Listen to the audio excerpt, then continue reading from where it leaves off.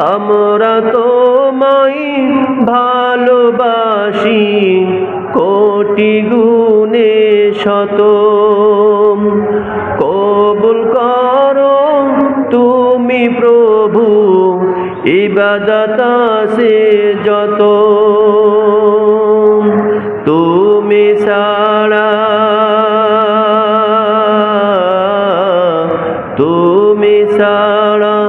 কেউ নাই যে ক্ষমা করার, আমার জীবন আমার মরণ আমার বন্দেগী। প্রাণপ্রিয় হাজিরিন, আজকে যে দিনে আমরা হাজির হয়েছি এই দিনটা হচ্ছে ঈদুল আজহার দিন, অর্থাৎ কুরবানির ঈদ।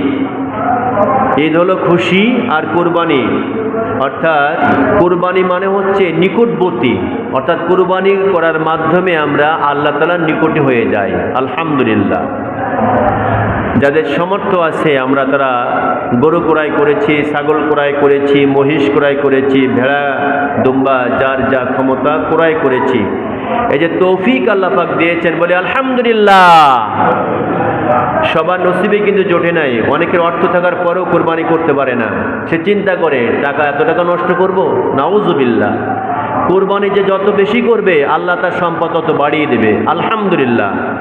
সে তো চিন্তা করে আল্লাহ আমি আপনার খুশির জন্য কোরবানি করতে চাই। আল্লাহ পাক বলবে বান্দা আমার দেওয়া সম্পদ যখন আমার রাস্তায় ব্যয় করলি, যা তোর আমি সামনে আরো সম্পদ বাড়িয়ে দেবো। সুবহানাল্লাহ। এই জন্য কুরবানির সময় মোটি কাপড় করা যাবে না। তৌফিক আছে তো কুরবানি করবই। এটা অনেকে কুরবানি করি আমাদের মাঝে দেখা যায়, যাদের অর্থ টাকা নাই কিন্তু সেভাবে তারপরেও কুরবানি করে, মানে তারপরে কুরবানি ওয়াজিব হয় নাই তারপরেও কুরবানি করে অনেক মানুষ, অনেক আছে। আর যাদের উপরে কুরবানি ওয়াজিব এমন অনেক ব্যক্তি আছে কুরবানি করে না। এজন্য আল্লাহ রাব্বুল আলামিন জান্নাত আর জাহান্নাম রেখেছেন, বান্দার পরীক্ষা করছেন যে বা দেখি বান্দা কোন পথে হাঁটে। প্ল্যান করে ভাইরা, তো আল্লাহ রাব্বুল আলামিন যে আমাদের তৌফিক দিয়েছেন আজকের এই কুরবানি করার জন্য, এজন্য আমরা আবার বলছি আলহামদুলিল্লাহ।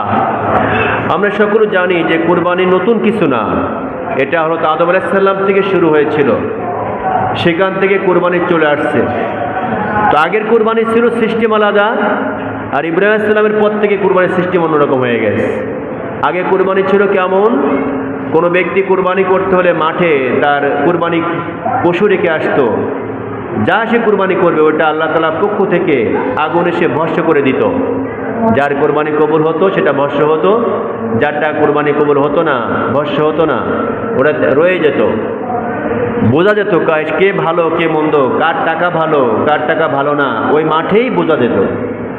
আল্লাহ রাব্বুল আলামিনের নবী মুহাম্মদ সাল্লাল্লাহু আলাইহি ওয়াসাল্লামের খাতিরে আমাদের কোরবানিগুলো এমনটি না, আমাদের কোরবানি হলো কবুল হলো কি না হলো পৃথিবীর কেউ জানে না, জানে কে? আল্লাহ। আর কোরবানিকৃত পশুর রক্ত মাংস হাড্ডি এসব কিছুই আল্লাহ পাক চায় না। আল্লাহ রাব্বুল আলামিন চায় কি জানেন? সেটা বলছে আল্লাহ তাআলা বলছেন লা ইয়ানালাল্লাহু লুহুমুহা ওয়ালা দিমাউহা ওয়ালাকিন ইয়ানালুহুত তাকওয়া মিনকুম। আল্লাহ রাব্বুল আলামিন তাম দুনিয়ায় সমস্ত কুরবানিদাতাদের ডেকে ডেকে বলছেন তোমরা যারা কুরবানি করছো মনে করছো বুঝি আমি রব্বে কারীম তোমাদের কাছ থেকে গোশত নিব, হাড্ডি নিব, মাংস নিব মনে করো নাকি? দুনিয়ার মানুষ শোনো, তোমরা যে গরু উট দুম্বা এগুলা কুরবানি করো, এর কোনো রক্ত কোনো হাড্ডি কোনো চামড়া কোনো শিং কোনো খুর কোনো অংশ আমি রব্বে কারীম আমার কাছে পৌঁছায় না। আমার কাছে পৌঁছাই হলো তাকওয়া মিনকুম, তোমাদের তাকওয়া, তোমাদের অন্তরের মধ্যে খবরটা এটা আমার কাছে পৌঁছায়। কে কোন নিয়তে কুরবানি করছো, কার মনের মধ্যে কি নিয়ত আছে, আল্লাহকে খুশি করার জন্য নাকি বেঈ সাহেবকে খুশি করার জন্য নাকি এলাকাবাসী মানুষের খুশি করার জন্য কুরবানি করো? এটা আমি আল্লাহ পাক এটা ভালো করে জানি, আর আমি এটাই পরীক্ষা করি, আমি এই খবর রাখি, আর আমি এইটাই গ্রহণ করি, তোমাদের তাকওয়াটা আমি আল্লাহ পাক গ্রহণ করি। আমার ভাইরা, আল্লাহ তাআলা অন্য জায়গায় বলছেন, লান তানালুল বিররা হাত্তা তুনফিকু মিম্মা তুহিব্বুন ওয়া মা তুনফিকু মিন শাইইন ফাইন্নাল্লাহা বিহি আলীম। আল্লাহ তাআলা বলেন, তুই আর মানুষ শোনো, অতক্ষণ পর্যন্ত তোমরা সফল কাম হতে পারবে না, সফল মুমিন তোমরা হতে পারবে না, তোমরা জান্নাতি হতে পারবে না, ঈমানদার হতে পারবে না, যতক্ষণ পর্যন্ত তোমরা তোমাদের সব চাইতে প্রিয় জিনিসটা আমি রব্বে কারীম আমার রাস্তায় ব্যয় না করবে, আমার রাস্তায় কুরবানি যতক্ষণ পর্যন্ত না করবে, অতক্ষণ পর্যন্ত তোমরা কোনো মানুষ প্রকৃত মুমিন, সফল কাম মুমিন হতে পারবে না। এই জন্য আমার ভাইরা, কুরবানি করতে হলে সবচাইতে ভালো জিনিস কুরবানি করতে হয়। যেমন করে ইব্রাহিম আলাইহিস সালামকে আল্লাহ পাক বলে, ইব্রাহিম রে তুমি কুরবানি করো। আল্লাহর খলিল ইতিহাস সাক্ষ্য দেয় যে 100 উট কুরবানি করলেন। তারপরেও আবার পরের রাত্রে কুরবানির স্বপ্ন দেখে, বলে ইব্রাহিম তুমি কুরবানি করো। আল্লাহর খলিল তারপরের দিনেও 100 উট কুরবানি করলেন। আল্লাহ রাব্বুল আলামিন তারপরও আবার স্বপ্ন দেখলেন, ইব্রাহিম রে তুমি কুরবানি করো।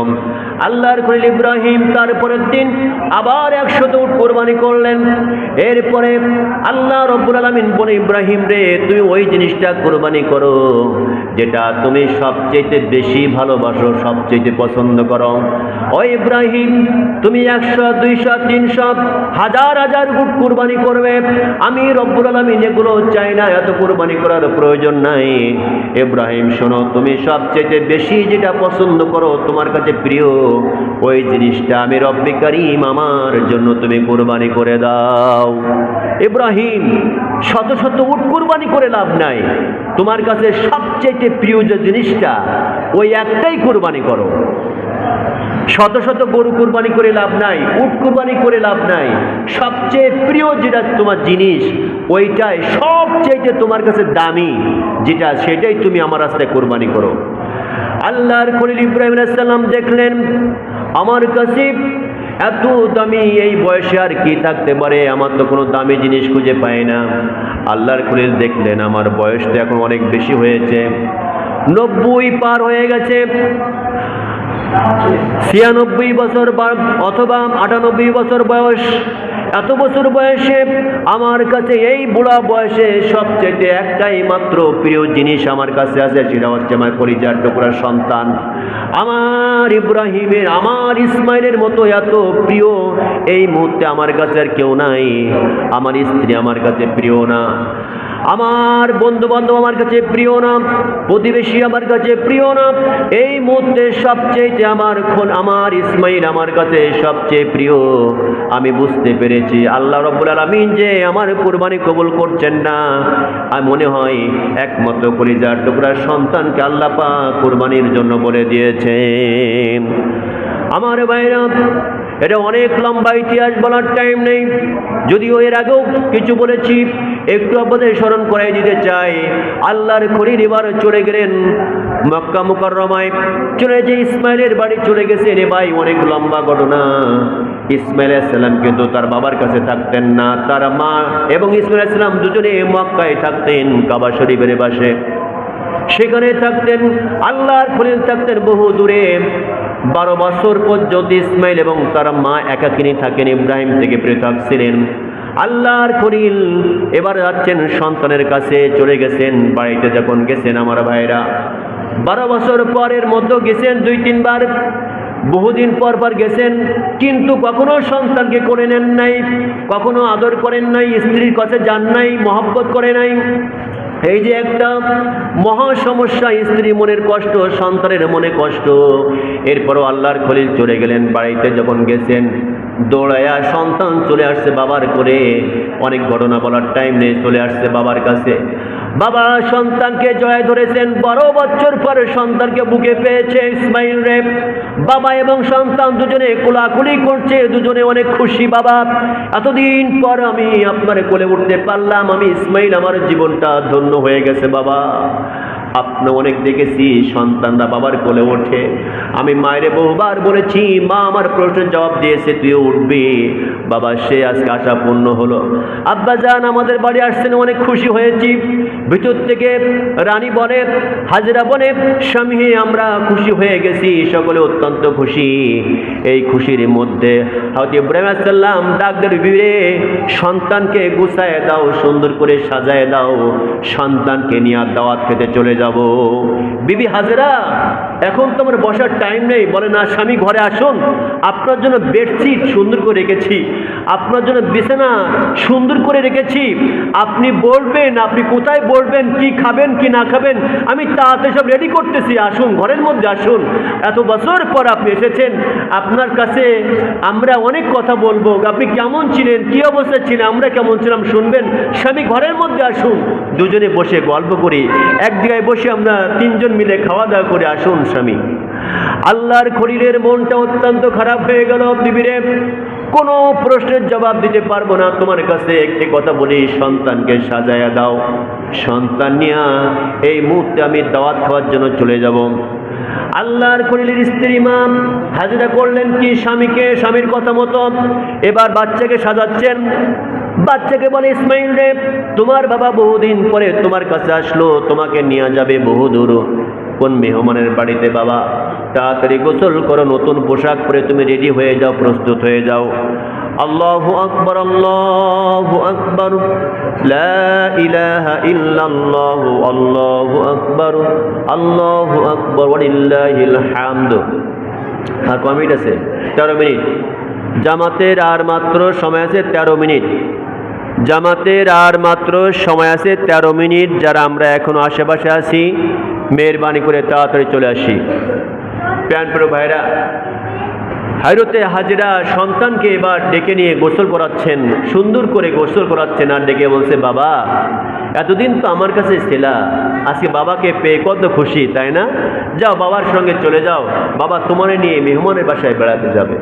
ছেলে কত খুশি। ইসমাইল 12 বছর বয়স, ওই সময় মানে চলাফেরা করতে পারে এমন একটা বয়স, সুন্দর করে বাবার সঙ্গে দৌড়াতে পারে এমন বয়স।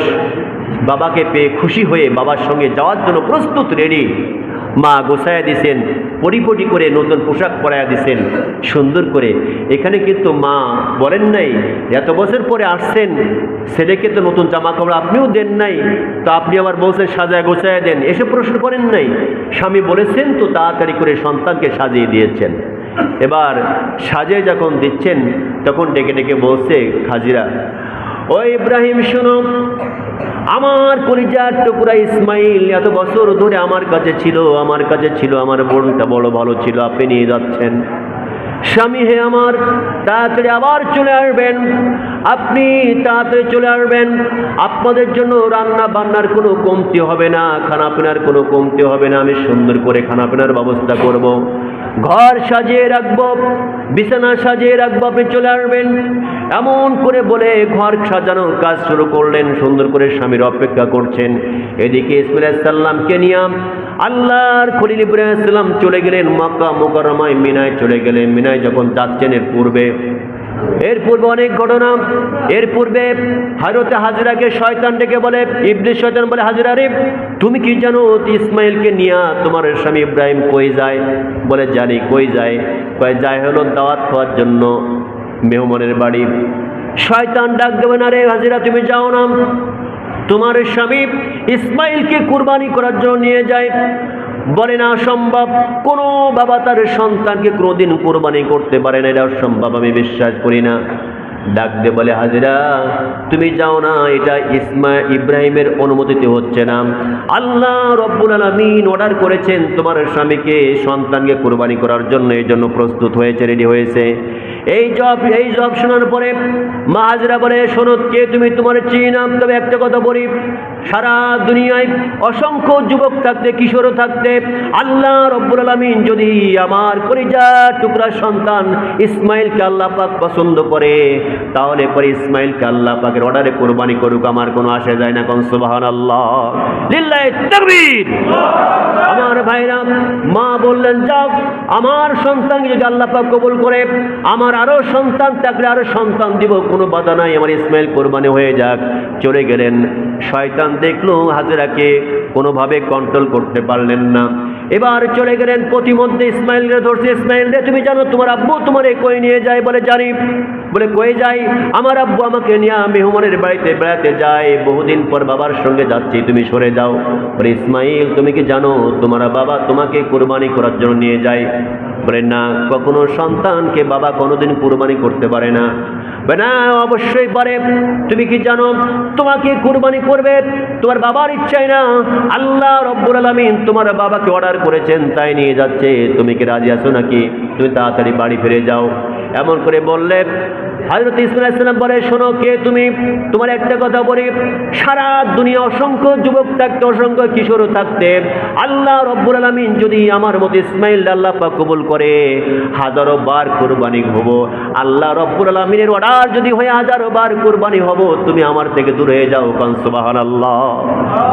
আমার ভাইরা এবার ইব্রাহিম আলাইহিস সালাম নিয়ে চলে গেলেন, মিনায় চলে গেলেন। মিনায় যাওয়ার পরে দুইজন একত্রিত হয়েছেন এক জায়গায় হওয়ার পরে এবার সুন্দর করে বাবা তখন তার ছেলেকে ডেকে বলছেন, ক্বালা ইয়া বুনাইয়া ইন্নী আরা ফিল মানাম আন্নী আযবাহুক। ডাক দিয়ে বলছে, রে শোনো ইসমাইল, আমি স্বপ্নে দেখেছি আমি তোমাকে কোরবানি করছি। মানে ছেলেকে ডেকে নিয়ে বাবা এবার ছেলেকে ডাক দিয়ে বসে, পরামর্শ না নিতে পারতেন, সরাসরি কোরবানি করতে পারতেন, কিন্তু পরামর্শ নিচ্ছে ছেলেকে ডেকে বসে, বাবা ইসমাইল, আল্লাহ আমি স্বপ্ন দেখেছি যে আমি তোমাকে কোরবানি করছি। ফানজুর মাদা তারা, বাবা আমি যে তোমারই কোরবানি করছি এ বিষয়ে তোমার কোনো মন্তব্য আছে কি? তুমি কিছু বলবা, তোমার মতামতটা কি?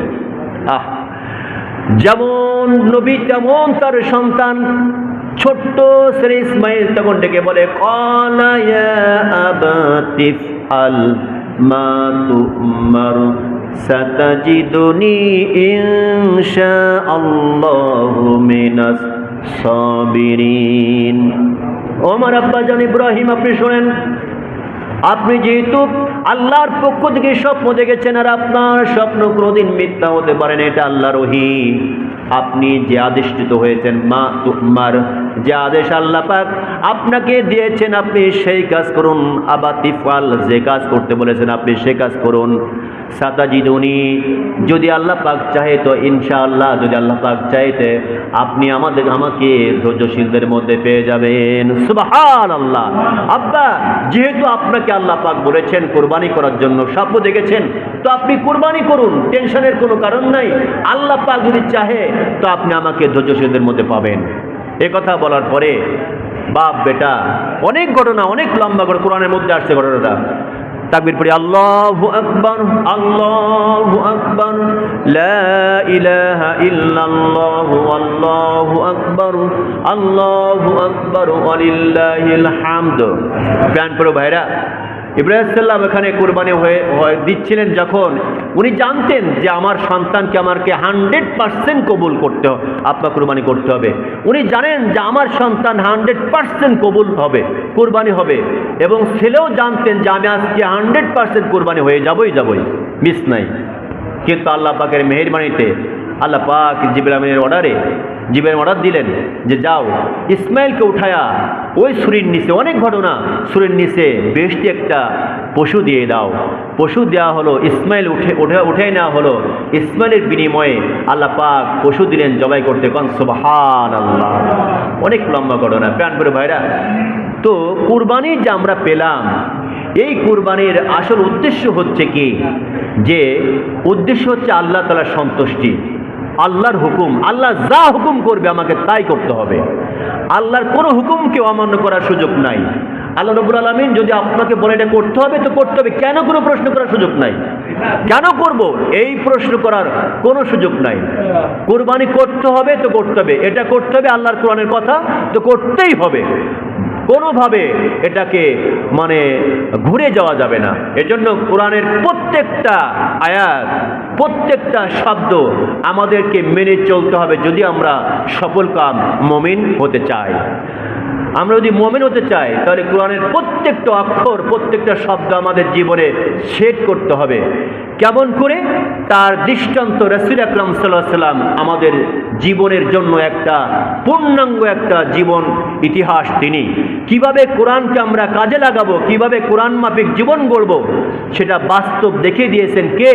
জনাবে মুহাম্মদুর রাসূলুল্লাহ সাল্লাল্লাহু আলাইহি সাল্লাম, আমাদের নেতা। আমাদের নেতার নাম কি ভাই? জনাবে মুহাম্মদুর রাসূলুল্লাহ সাল্লাল্লাহু আলাইহি সাল্লাম। এই নেতা যদি খুশি না থাকে জান্নাতে যাওয়ার সুযোগ নাই, একটু আগে যে কথা বলেছি। এই জন্য আপনার যদি দুনিয়া একদিকে চলে যায়, যাক, আপনার বাবা মা স্ত্রী পুত্র সন্তান সব একদিকে, আর একদিকে আল্লাহর হুকুম নবীজির তরিকা। আপনি যদি দেখেন যে সব একদিকে যায়, যাক, নবীর হুকুম, আল্লাহর হুকুম, নবীর তরিকা ঠিক আছে কিনা, এটা আপনার দেখতে হবে। আর আজকাল আমরা কই ওদিকে যা পরে হোক আমার বিবি খুশি আছে কিনা, নাউজুবিল্লাহ। কয় দায় রাখেন না কেন ভাই? কয় বউ কয় কেমন কেমন লাগে, দায় রাখলে যেন কেমন কেমন লাগে। তুমি এখনো দায় রাখার বয়স হয়েছে নাকি? দায় রাখবা কেন? দায় রাখার কোনো বয়স লাগে না। দাড়ি উঠছে তো আলহামদুলিল্লাহ, রাগ করেন না কেউ ভাই। দাড়ি উঠে গেছে তো আর কাটার সুযোগ নাই।